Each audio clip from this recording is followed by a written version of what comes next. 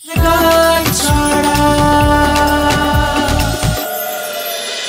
মানছি আমি বাড়ির বউ, কিন্তু তার অনেক আগে আমি আমার দিদির বোন। আপনি আমার পাশে থাকবেন?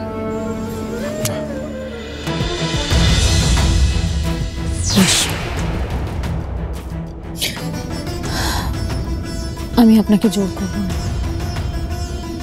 আপনি যদি আমার পাশে না দাঁড়াতে চান, একটা সন্দেহকে সত্যি বলে মেনে নিতে চান, তাহলে তাই সই। এই লড়াইটা না হয় আমি একাই লড়ব। আজ আপনার স্বামীর থেকেও আপনার বোন বড় হয়ে গেল। একটা সম্পর্কের মধ্যে এরকম বড় ছোট হয় না রীতিমতো। আপনি আমার স্বামী, কিন্তু দিদিও তো আমার মায়ের পেটের বোন, আমার আপন। আজকে একজনের জন্য আরেকজনকে অসম্মান, অবহেলা বা অবিশ্বাস কোনোটাই আমি করবো না, আর করতে পারবো। ঠিক এইভাবে প্রত্যেকবার আমাদের সম্পর্কটা একটা ঠিক জায়গায় যেতে যায়, আর তখনই সবটা আবার খারাপ হয়ে যায়। আর আপনি এসব কিছু জেনে আপনার বোনকে সাপোর্ট করছেন। কেন করি? কেন সবসময় আমাকে অপোনেন্ট হিসেবে ট্রিট করেন আপনি? এটা আপনি কি বলছেন? হ্যাঁ, ঠিকই বলছি। আমাদের পরিবারের মান সম্মানের থেকে আপনার দিদির শখটা বেশি বড় হলো। প্রশ্নটা এখানে মান সম্মানের নয়, প্রশ্নটা ন্যায়ের। আপনি তো এতদিন ধরে আমায় দেখছেন। আমি জেনে শুনে কখনো অন্যায়কে সমর্থন করিনি রীতিমতো। সবসময় ন্যায়ের পাশে থাকার চেষ্টা করেছি। আর আজ আমার মন বলছে, আমি বিশ্বাস করি আমার দিদি অন্যায় করেনি। তাই আমি ওর শখকে নয়, ও সত্যিটাকে সমর্থন করছি। ও নির্দোষ এটা বিশ্বাস করে ওর পাশে দাঁড়াচ্ছি। ব্যাস এইটুকু।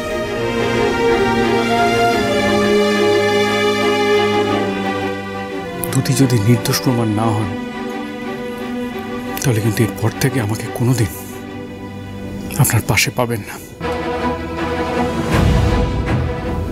বেশ, ভয় পেয়ে পিছিয়ে যাওয়ার মেয়ে কিন্তু খড়ির নয় রীতি। আমি কোনোদিনও অন্যায় মেনে নিইনি, আর আজও নেব না।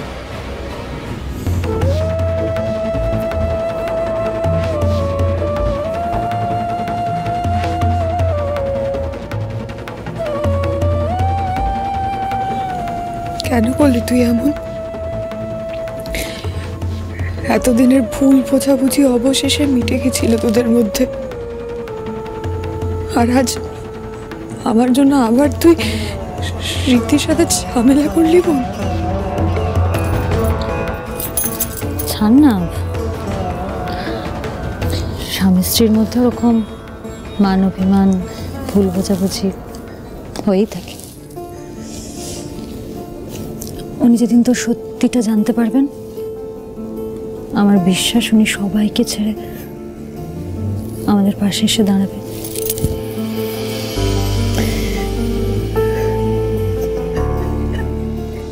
শোন, তুই আমাকে একটা কথা বলতো, এই পুরোটা এটা কি হলো? তুই সারা রাত কোথায় ছিলিস? বাড়ি ফিরিসনি কেন? আর তখন কি একটা বললি? তুই জানিস এই সব কিছু কে করিয়েছে? দিদি, আমি যাকে সন্দেহ করছি, তুই কি তার কথাই বলছিস?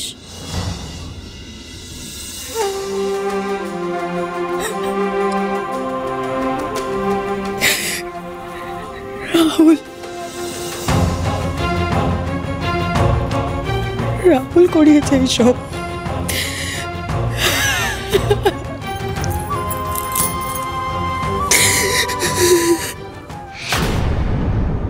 তুই বুঝতে পারছিস এটা কত বড় ভিক্টরি আমাদের জন্য?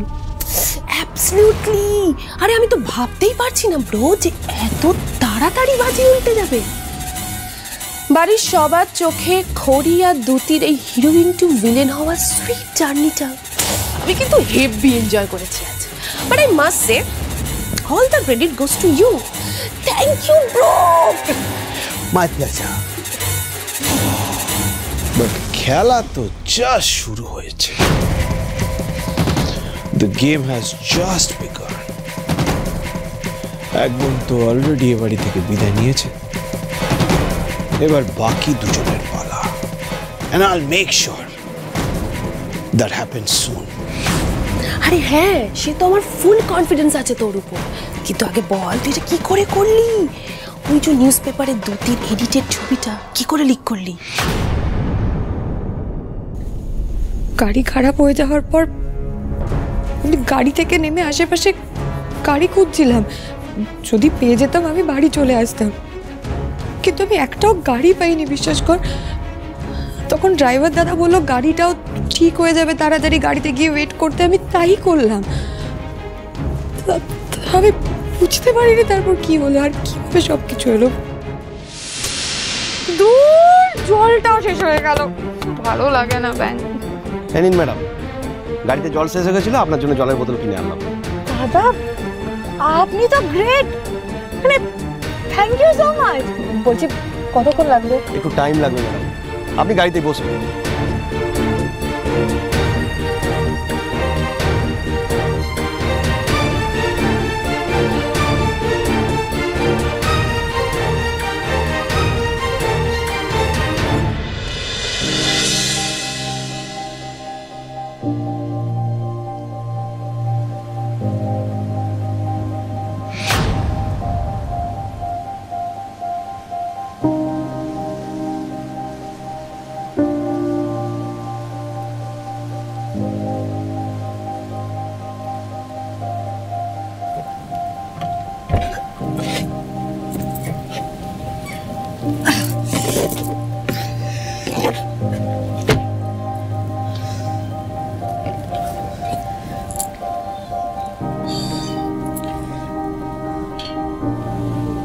বাড়ি চলে এলাম।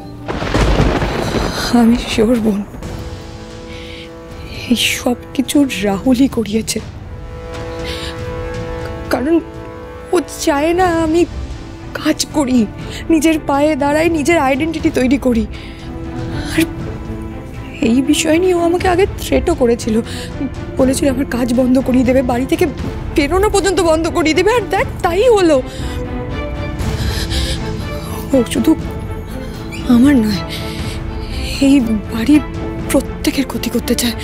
ও আরো বড় করে ষড়যন্ত্র করছে, আর সবচেয়ে বেশি ক্ষতি ও তোর করতে চায়। তার প্রুফ আমি পেয়েছি, আমি নিজের চোখে সবটা দেখেছি আর শুনেছি। কি প্রুফ পেয়েছিস তুই?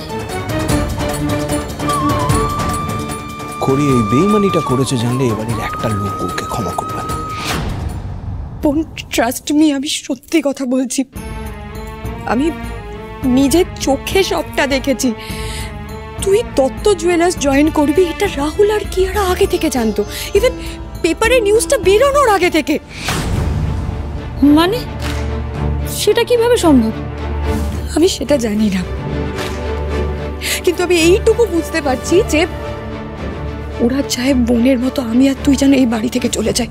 কারণ তুই আর আমি যদি এই বাড়িতে থাকি, ওরা যতবার কিছু প্ল্যান করে আমরা প্রত্যেকবার ধরে ফেলি। ওরা সেই জন্যই আমাকে আর তোকে এই বাড়ি থেকে বের করে দিতে চায়। আমি শিওর অ্যাবাউট ইট, 100% শিওর। এই কথাগুলো আমাকে আগে বলিসনি কেন? মূর্খ, আমি আবার রাহুলকে ট্রাস্ট করে ফেলেছিলাম। ভেবেছিলাম এবার হয়তো শুধরে যাবে, কিন্তু না। আজ বাড়ি ভর্তি লোকের সামনে যেভাবে বাবাকে হিউমিলিয়েট করলো, আমার স্বপ্নগুলোকে যেভাবে ভেঙে কুড়িয়ে চুরমার করে দিল, আমি একটা কথা খুব ভালো করে বুঝতে পেরেছি রে বোন, ও কাল সাপ, কোনোদিন শুধরানোর নয়।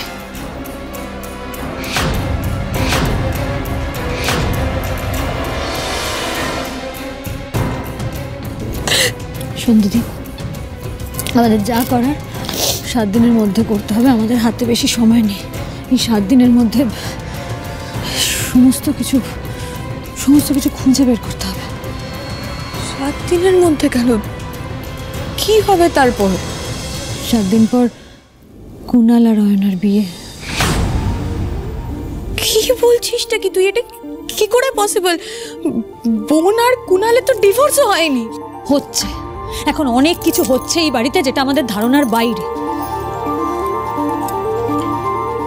তবে তোকে আমি কথা দিচ্ছি দিদি, আমি জানি না আমি কি করব, কিন্তু 7 দিনের মধ্যে আমাদের সবকিছু পাল্টে ফেলতে হবে।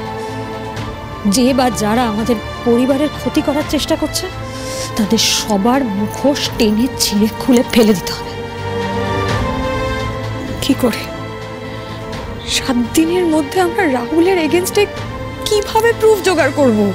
জানি না আমি, কিন্তু একটা কথা আছে না, অপরাধী যতই চালাক হোক, যত বড় ধুরন্ধরই হোক, ঠিক একটা না একটা সূত্র ছেড়ে যায়। আর রাহুল এই যে কাজটা করলো, এটাই ওর সবচেয়ে বড় বোকামি। এবার ওকে ধরা খুব সহজ হয়ে যাবে।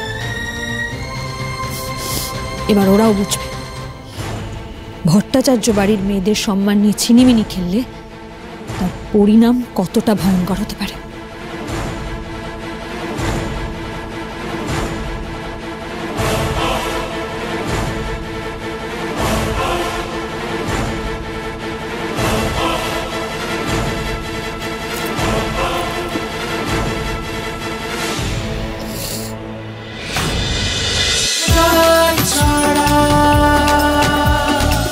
cholo cholo cholo cholo cholo paltai